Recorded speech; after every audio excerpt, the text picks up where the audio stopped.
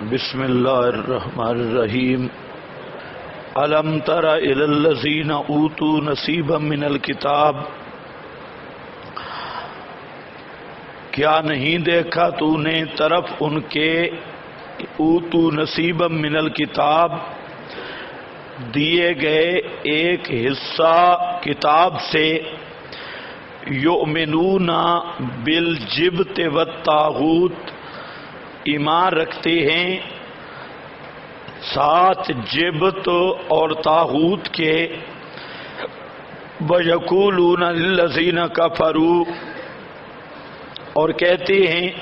واسطے ان کے جنہوں نے کفر کیا،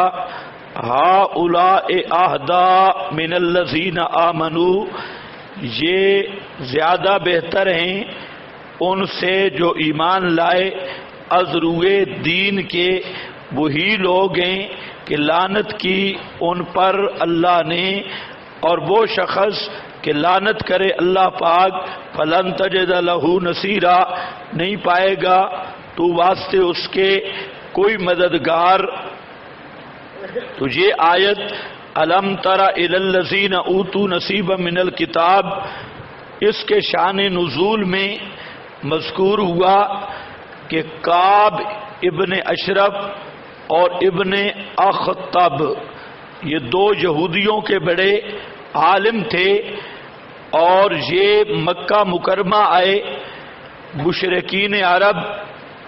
کے ساتھ معاہدہ کرنے کے لیے کہ ہم اور آپ مل کر نبی کریم صلی اللہ علیہ وسلم کے خلاف جنگ کریں۔ تو مشرکین عرب نے ان سے کہا کہ ہمیں آپ پر اعتماد نہیں ہے، آپ ہمارے ساتھ ہوں گے یا نہیں؟ ایک شرط ہے، اگر آپ پوری کر دیں تو ہمارا آپ پر اعتماد کامل ہو جائے گا، اور وہ شرط یہ ہے کہ ہمارے بتوں کو سجدہ کریں، ایک دوسرا کعبے میں معاہدہ لکھیں۔ تو یہ آئے کعب بن اشرف اور ابن اخطب یہودی، انہوں نے ان کے بتوں کو سلامی کی، سجدہ بھی کیا، اور کعبہ میں انہوں نے آپس میں مل کر عہد کیا۔ تو ابو سفیان نے پوچھا ابن اخطب سے، یہودی سے، کہ ایک بات یہ بتاؤ کہ ہم لوگ پڑھے لکھے نہیں ہیں اور تم مولوی لوگ ہو، یہ محمد صلی اللہ علیہ وسلم کا مسئلہ صحیح ہے یا ہمارا مسئلہ صحیح ہے؟ تو ابن اخطب نے ابو سفیان سے پوچھا کہ تمہارا مذہب کیا ہے؟ انہوں نے کہا کہ ہمارا مذہب یہ ہے، ہم اللہ کو مانتے ہیں اور ان بزرگوں کو وسیلہ سمجھتے ہیں، اور حاجیوں کی خدمت کرتے ہیں اور صلہ رحمی کرتے ہیں، اور محمد صلی اللہ علیہ وسلم قاطع الرحم ہے، اس نے رشتے توڑ دیے اور بزرگوں کے وسیلے کا منکر ہے، اور باپ دادا کے مذہب کو چھوڑ دیا، اس کا منکر ہے۔ تو ابن اخطب اور کعب بن اشرف نے کہا کہ تم لوگ نبی کریم علیہ السلام سے بہتر ہو، اور تمہارا مذہب محمد صلی اللہ علیہ وسلم کے مذہب سے بہتر ہے۔ اس پر قرآن کریم کی یہ آیت آئی کہ الم تری الی الذین اوتوا نصیبا من الکتاب، نہیں دیکھا تو نے طرف ان بے ایمانوں کے جو دیے گئے ایک حصہ کتاب کا، یؤمنون بالجبت، وہ ایمان رکھتے ہیں جبت یعنی غیر اللہ کی پوجا، بتوں کی پوجا، والطاغوت، اور طاغوت کی بات ہو گئی، وَيَقُولُونَ لِلَّذِينَ كَفَرُوا، اناد یہود، اور کہتے ہیں ان کو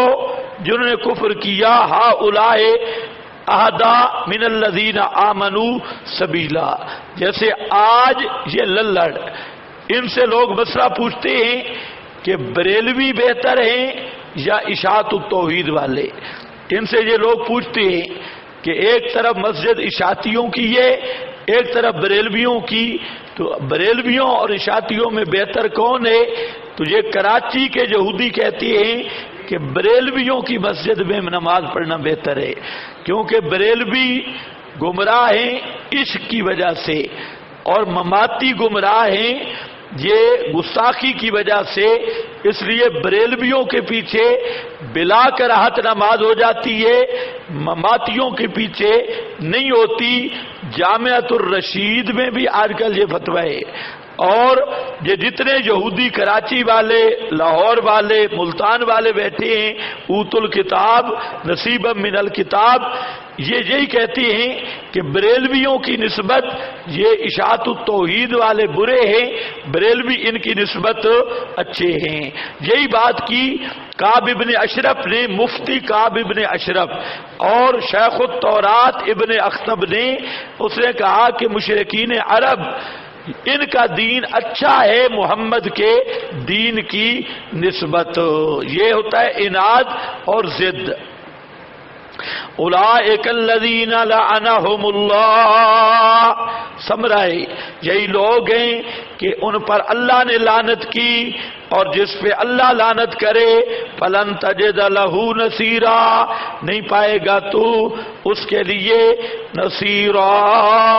کوئی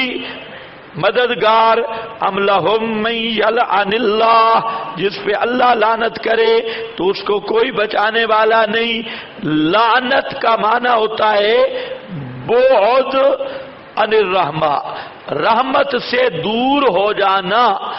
اور اللہ تعالی کی خاص مہربانیوں سے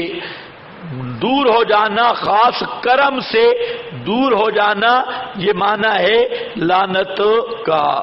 اور اس کے درجات مختلف ہیں، ایک تو ہے اللہ کی رحمت ایمان، ایمان سے دور ہو جانا یہ بھی رحمت سے دوری ہے اور لعنت ہے۔ اسی طرح سنت رحمت ہے، سنت سے دور ہو جانا بدعت لعنت ہے، اس میں گرفتار ہو جانا یہ بھی لعنت ہے۔ اسی طرح نیکی رحمت ہے، اور بعض گناہ فسق وہ لعنت ہے، تو نیکی سے محروم ہو جانا اور گناہوں میں پڑ جانا تو یہ بھی اپنے درجے کی ایک لعنت ہے، لیکن لعنت کے درجات مختلف ہیں جس طرح رحمت کے درجات مختلف ہیں۔ تو حدیث میں نبی کریم صلی اللہ علیہ وسلم نے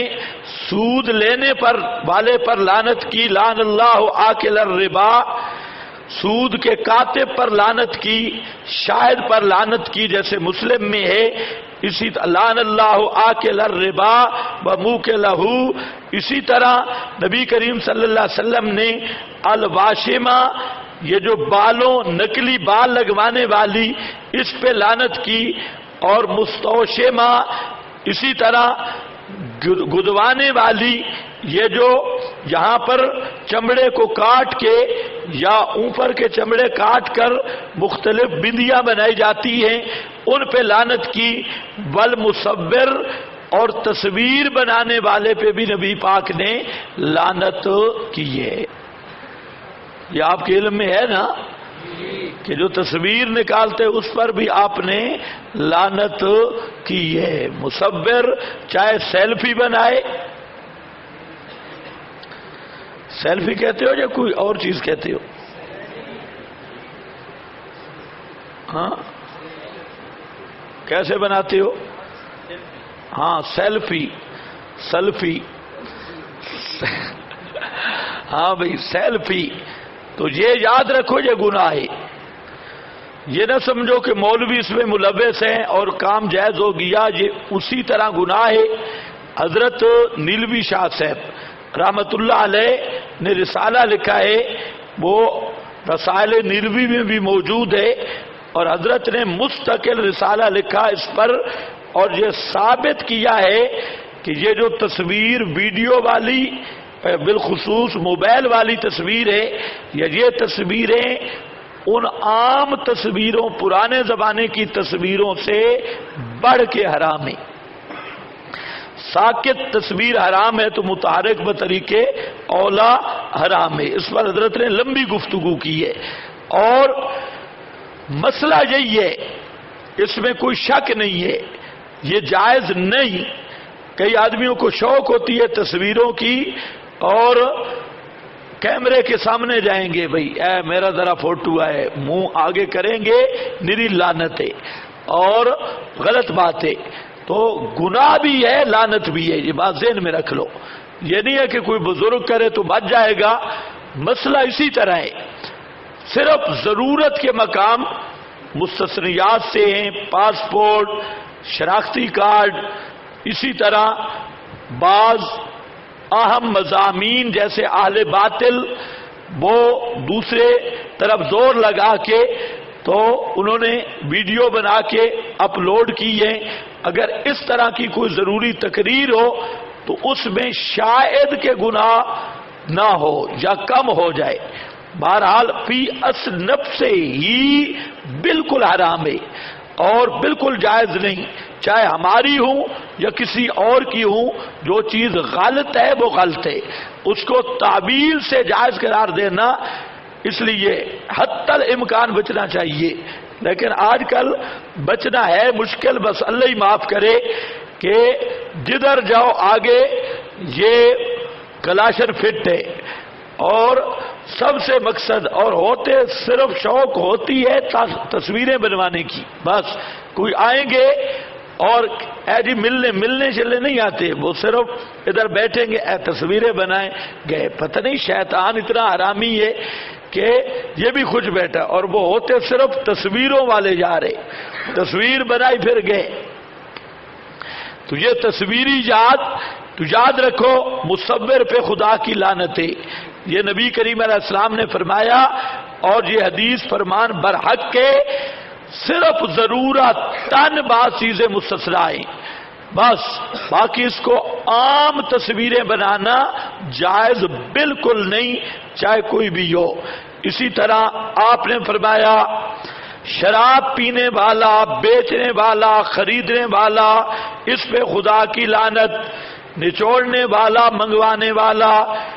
اس پہ خدا کی لعنت ہے۔ اسی طرح نبی کریم علیہ السلام نے فرمایا 6 آدمیوں پر خدا کی لعنت ہے، ان میں ایک ہے الزائد فی کتاب اللہ، جو قرآن کی تعریف کرتا ہے،